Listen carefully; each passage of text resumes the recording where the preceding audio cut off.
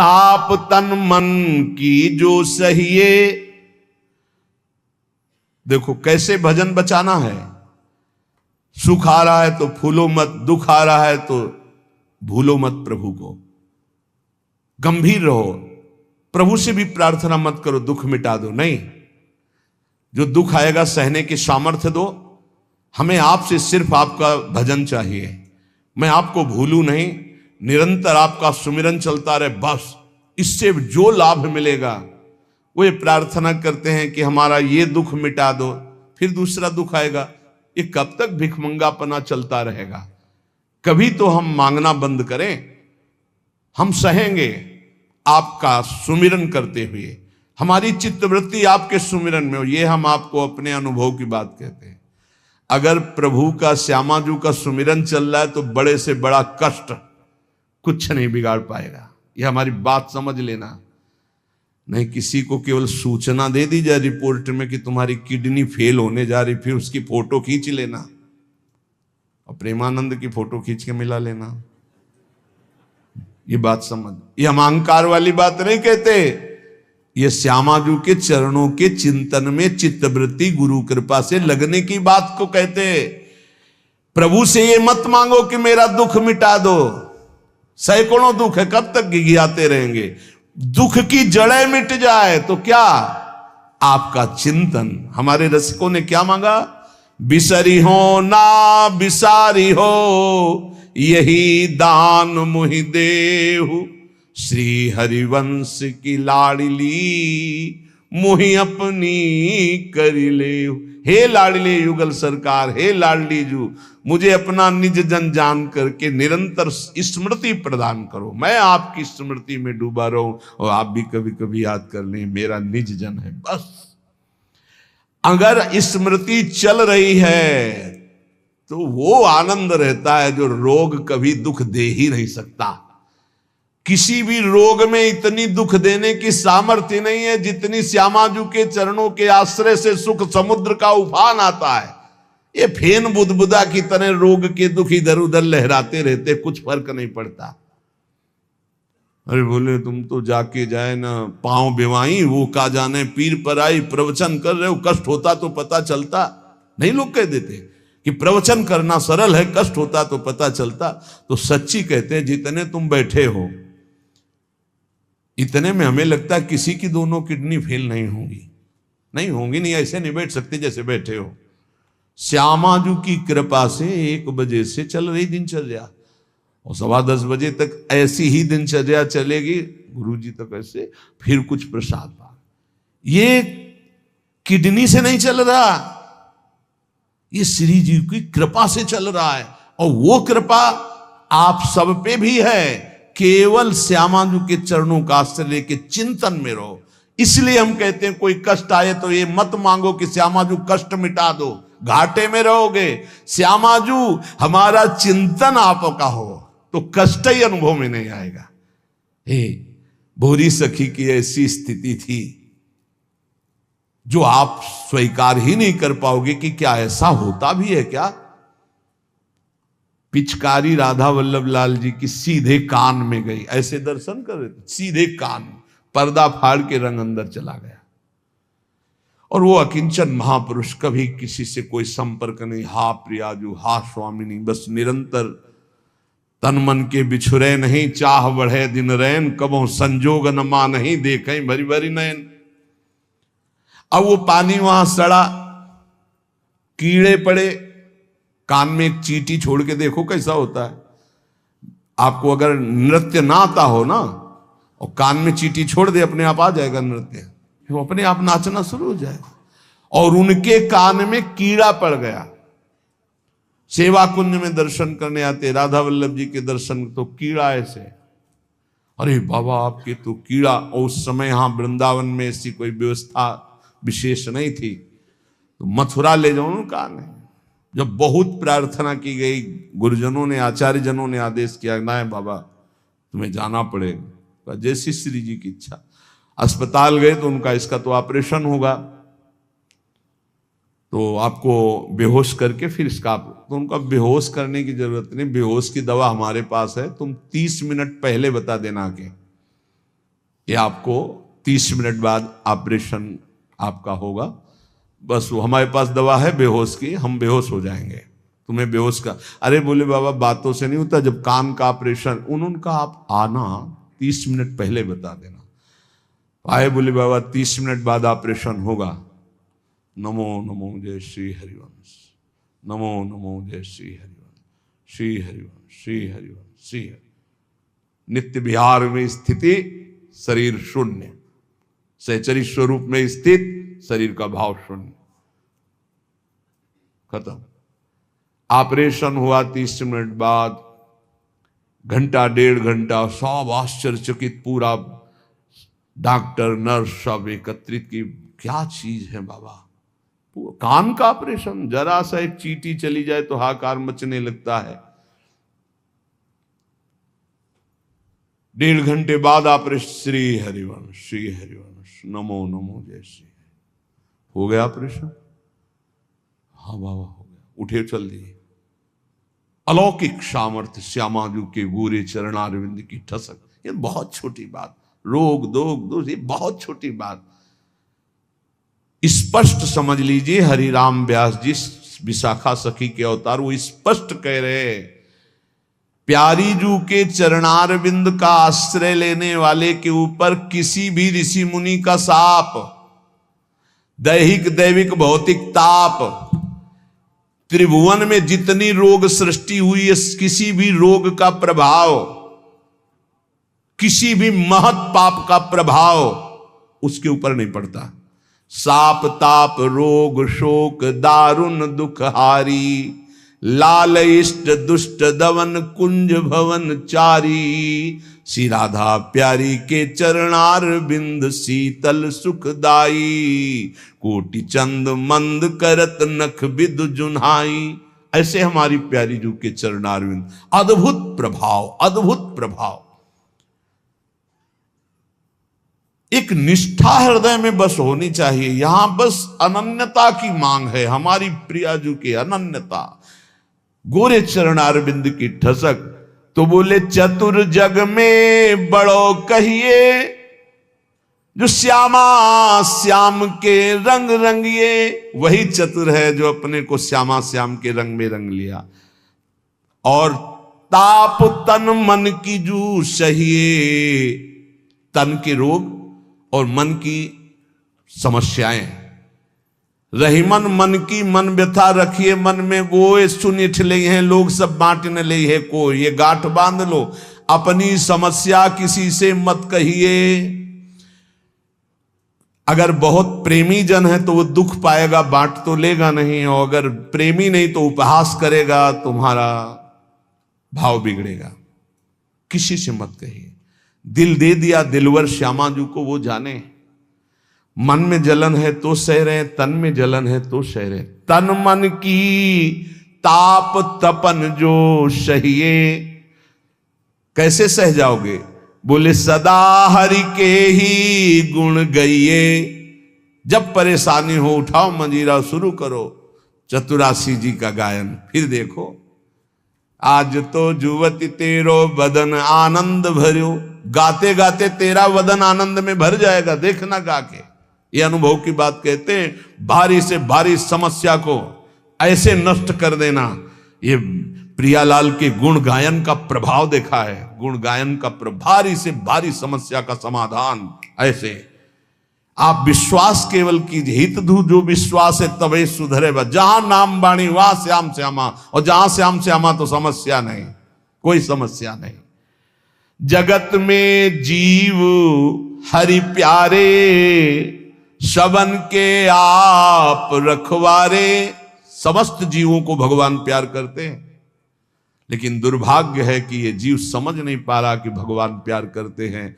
वो भगवान को भूल करके यहां तक कि नास्तिकता छा गई। बड़ी विचित्र, कोई महापुरुषों के वचनों के रहस्यों को नहीं समझ पाता है। अलग अलग बातों में ऐसे फंसे कि सब बातों की बात तक पहुंच ही नहीं पाते हैं। भगवान निराकार भी हैं, भगवान साकार भी हैं, भगवान सब में भरे हैं, तो भगवान सबसे परे हैं। जो सबसे परे हैं वही सब में भरे हैं, बस समझ लो। ऐसी नास्तिकता छा रही, पापाचरण करते हुए भगवान को अशुद्ध शब्दों से संबोधन करते हैं, लेकिन वो इतने महान पिता हैं कि ऐसों को भी प्यार दे रहे हैं। सूर्य का ताप, चंद्र का, पृथ्वी, वायु, सब भरण पोषण कर रहे हैं। उनकी भी रक्षा भगवान कर, उनको भी उदर पोषण भगवान कर रहे। जिन्होंने रूप रंग धारे, ये सच्ची मानना 100 का 100% केवल वासुदेव ही है। वासना वासुदेवस्य वासितम भुवनत्रयम् सर्वभूत निवासोस्मि वासुदेव नमोस्तुते। जो वासुदेव अपने आप से अपने आप को बनाता है। कुछ लोगों का रहता है कि भगवान रक्षा क्यों नहीं करते, ऐसा क्यों नहीं करते, यहां ये हत्या हो रही, वहां वो मार काट हो रही। तुम सुना नहीं? उसकी 3 लीलाएं नहीं, तुम्हारी पसंद से होगा। एक लीला में वो सृजन करता है, तो दूसरे में पालन करता है, तो तीसरे में विनाश करता है। तीनों जरूरी हैं। नहीं मनाने लगोगे कि भगवान आज से अगर 10 साल के लिए मौत नाम की चीज बंद हो जाए इस भूमंडल में, तो अनशन करके मनाओगे प्रभु से कि प्रभु मरेंगे, बहुत ही बढ़ रहे हैं। जीव चराचर में अगर सृष्टि का एक सोपान खत्म हो जाए कि मृत्यु ना हो, तो हाहाकार मच जाए। ध्यान रखना, मरना भी उतना ही अच्छा है जितना जन्मना और जितना पालन करना। और तुम्हारे वो मनोरंजन का नहीं है विधान, वो उसका खेल है। मृत्यु भी आवश्यक है, बहुत जरूरी है।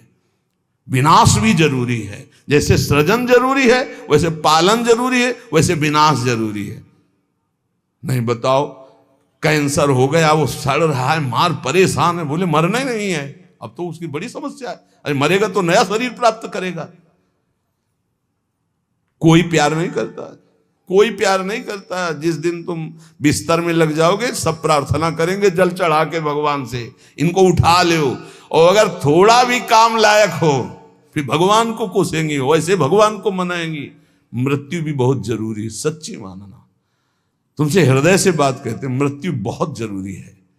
आप अज्ञान के कारण बुरा मानते हैं कि भगवान ऐसा। भगवान का 3 खेल हो रहा है। पहले पागलपन छोड़िए और खेल को समझिए। वो अपने आप से अपने आप को रच रहा है, अपने आप से अपने आप का पालन कर रहा है, और अपने आप से अपने आप का अंतर ध्यान लीला, जिसे विनाश लीला कहते हैं, उसी में वो 3 रूप धारण किए। ब्रह्मा रूप से सृजन कर रहे हैं, विष्णु हरि रूप से पालन कर रहे हैं, तो शिव रूप से संहार कर रहे हैं। वही उन्हीं का खेल है। संहार भी उतना ही महत्वपूर्ण है जितना पालन और सृजन महत्वपूर्ण है। और वो किसी और का नहीं कर रहा है, वो अपने आप से अपने आप का कर रहा है। तो बोले मुझे क्यों घसीट रहा है? क्योंकि तू अपने ब्रह्म में तू भी वही है।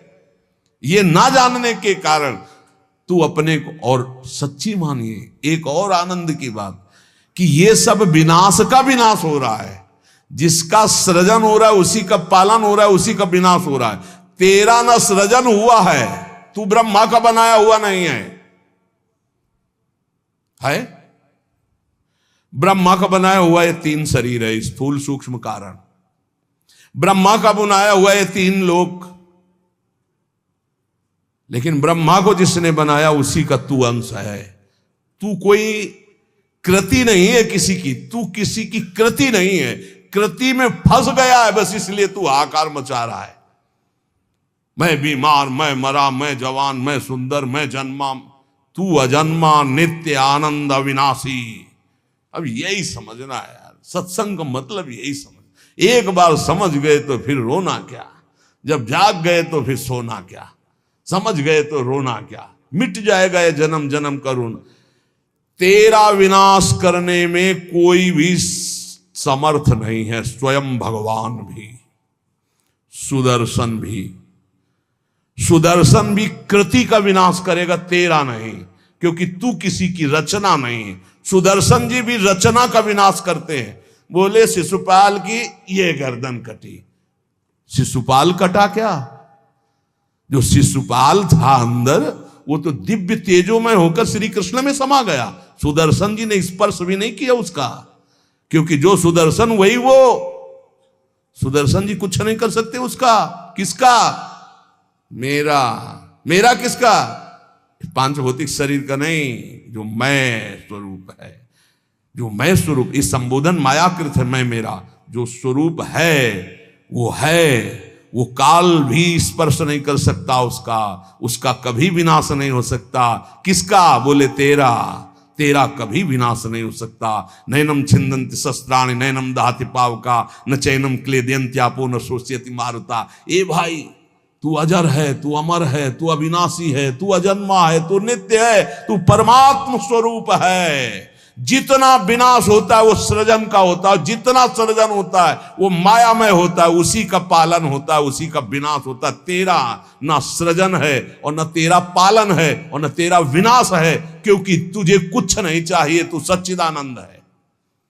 और बोले भूख प्यास बढ़ना घटना, कल सुना था 6 धर्म शरीर के, भूख प्यास प्राणों का धर्म, तेरा धर्म तू तो अविनाशी अजन्मा। भाई इसी को जान गया तो फिर निहाल हो जाता है। अब उसी को भाव स्वरूप में हम सखा ले लेते हैं, दास ले लेते हैं, गोपी ले लेते हैं, सहचरी ले लेते हैं, कुछ नहीं लेते तो मुक्त हो जाते हैं। ये खेल समझो। सबन में दोष गुण मिश्रित। अब देखो, कई बार चर्चा की, बहुत ये सत्संग है एकदम नीर छीर का। बिना सोने में मिलावट किए गहना नहीं बन सकता। शुद्ध स्वर्ण का आकार नहीं दिया जा सकता। आकार देने के लिए मिलावट की जाती है कुछ, और फिर उसको गहना रूप दिया जाता है। तो ये जितना आप देख रहे हैं इसमें गुण दोष से ये रचना है शरीरों की। लेकिन जो इस शरीर के अंदर शरीर ही रह रहा है, भगवान का अंश, वो रचना नहीं है, इसलिए वो शुद्ध है और इसीलिए उसका कोई आकार नहीं है। समझिए समझिए, बहुत सुंदर, भगवत कृपा से एकदम बिल्कुल घी निकल रहा है। मिलावट से जो रचना हुई है वो ये है, और इसी का पालन हो रहा है, इसी का विनाश होगा। तू न किसी की रचना, न तेरे में कभी कोई मिलावट है, इसलिए तेरा कोई आकार नहीं। तू आकारों को स्वीकार करके फंस गया। बस इसी आकार का, आसक्ति का त्याग हो जाए तो तू जीवन मुक्त था, है, रहेगा। तू न कभी जन्मा न कभी मरेगा, ये पक्का 100%, चाहे भक्त हो चाहे ज्ञानी हो, कोई भी हो।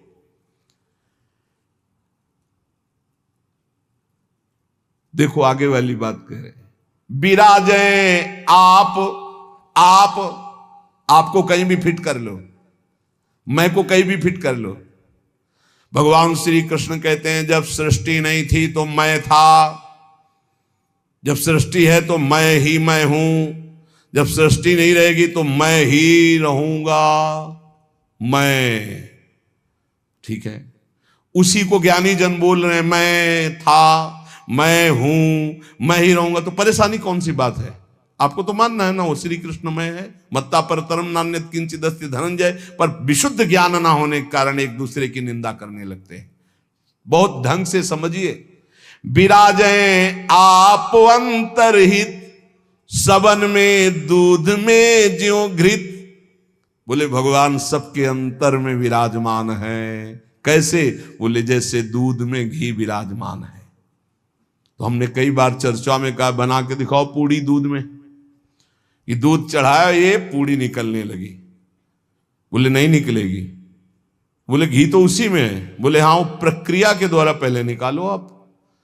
प्रक्रिया की, पहले दूध को गर्म किया, फिर उसको जमाया, फिर दही बनाया, फिर मंथन किया, फिर मक्खन निकाला, फिर उसको गर्म किया, तब जाके वो घी बना। अब पूड़ी निकाल लो घी में।